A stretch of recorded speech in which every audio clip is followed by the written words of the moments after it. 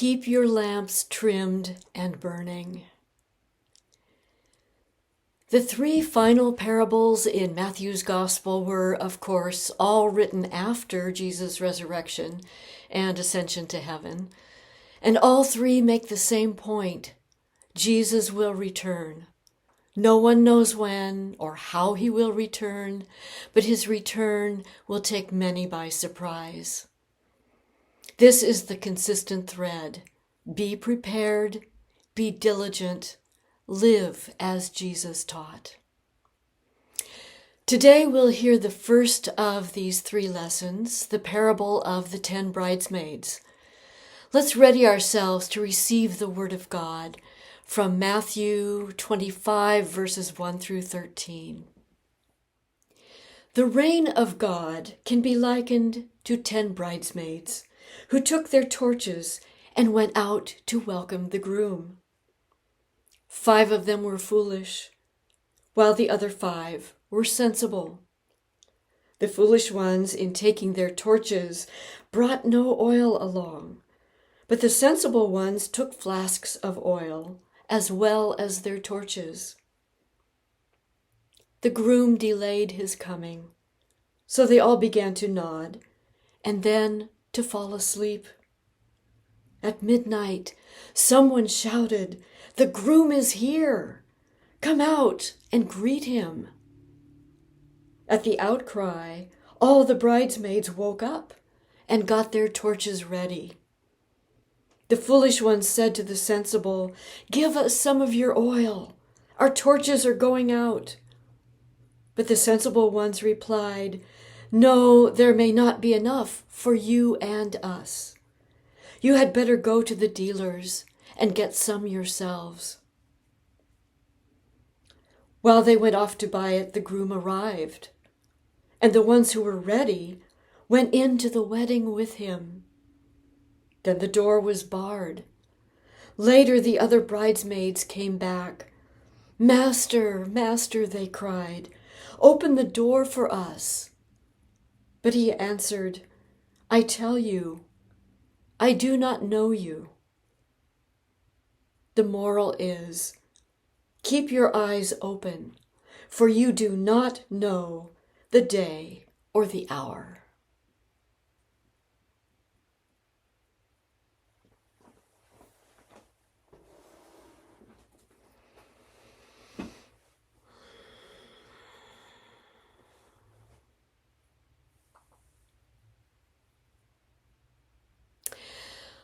A parable about 10 bridesmaids may seem unrelatable to some of us.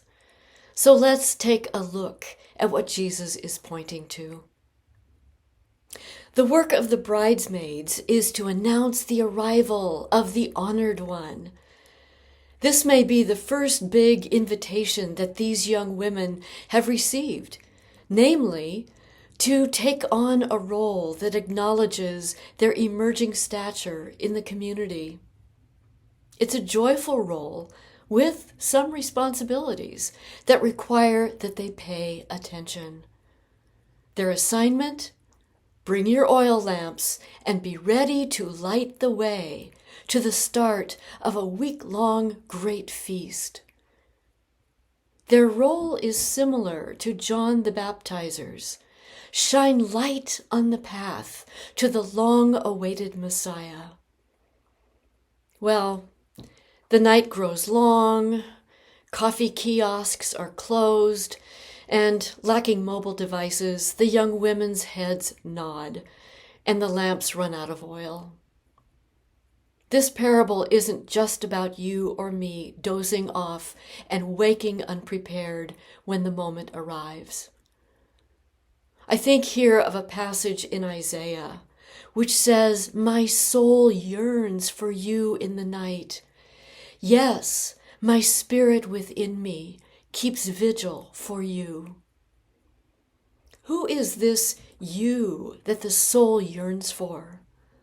It's the groom, the honored one, who restores all that is broken in humanity, in society, among the nations, and in creation, restores it all to its original beauty, its original capacities and purpose.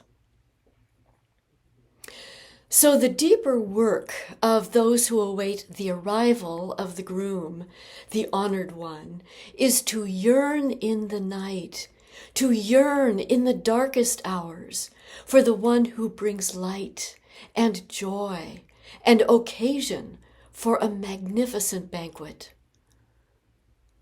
When Jesus fell into his anguish in the garden on the night of his arrest, his closest disciples fell asleep. They couldn't embrace the most challenging moment in their discipleship. Like the bridesmaids, they couldn't stay awake. Now, falling asleep in the night is normal. Our concern is that in our sleepiness, or what I call existential sleepwalking, we've lost our capacity, our will, to deeply yearn for God's vision, God's yearning for how life can be.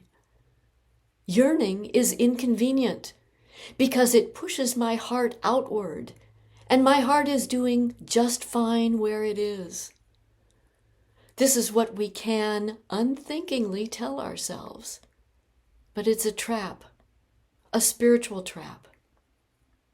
The real work is to get your heart mixed up with the heart of God, to yearn as God yearns for the restored beauty of humankind and of all creation, to see clearly all that is tragically upside down, and to yearn with all your heart for what is restored, mended, healed, and right side up.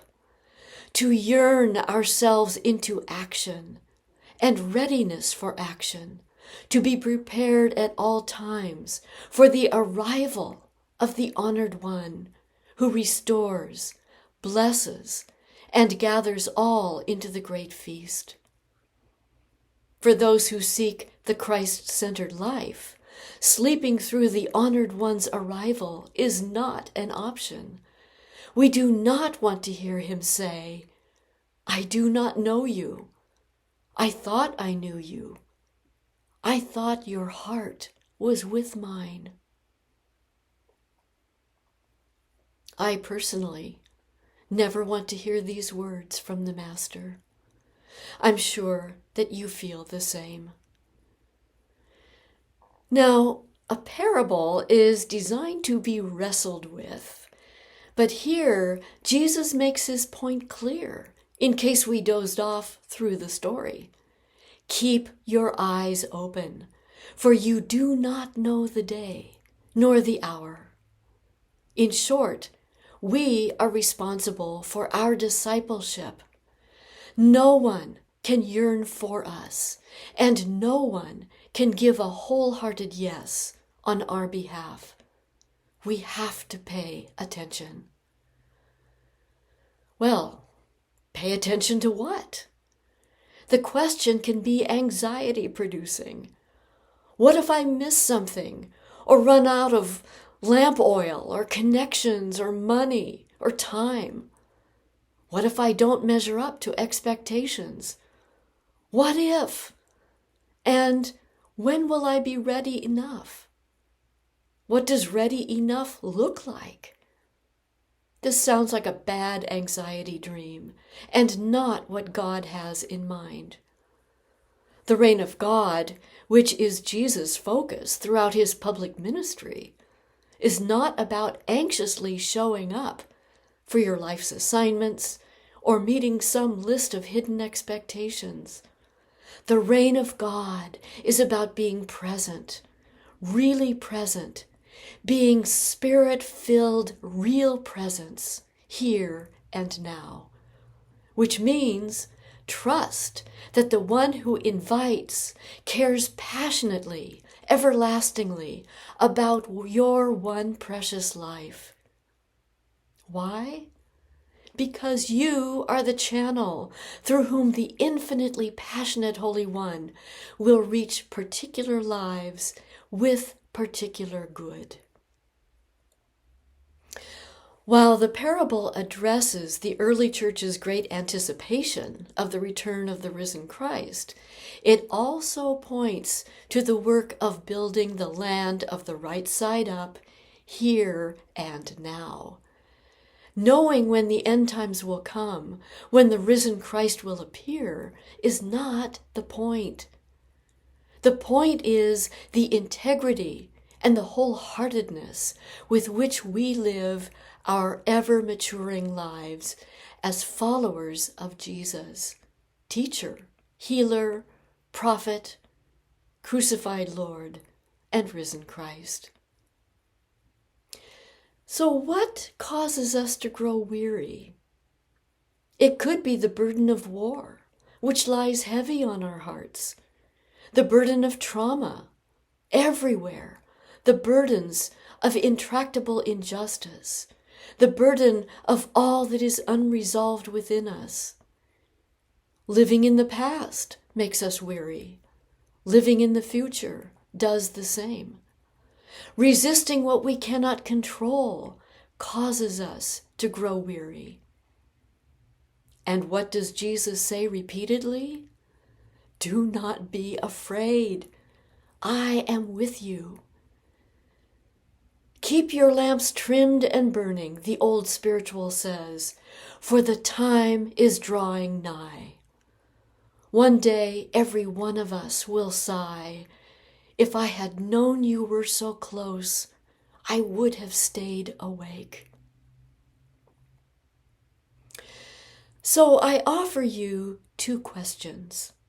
First, how do I yearn, as God yearns, for justice and the restoration of all things to their original beauty?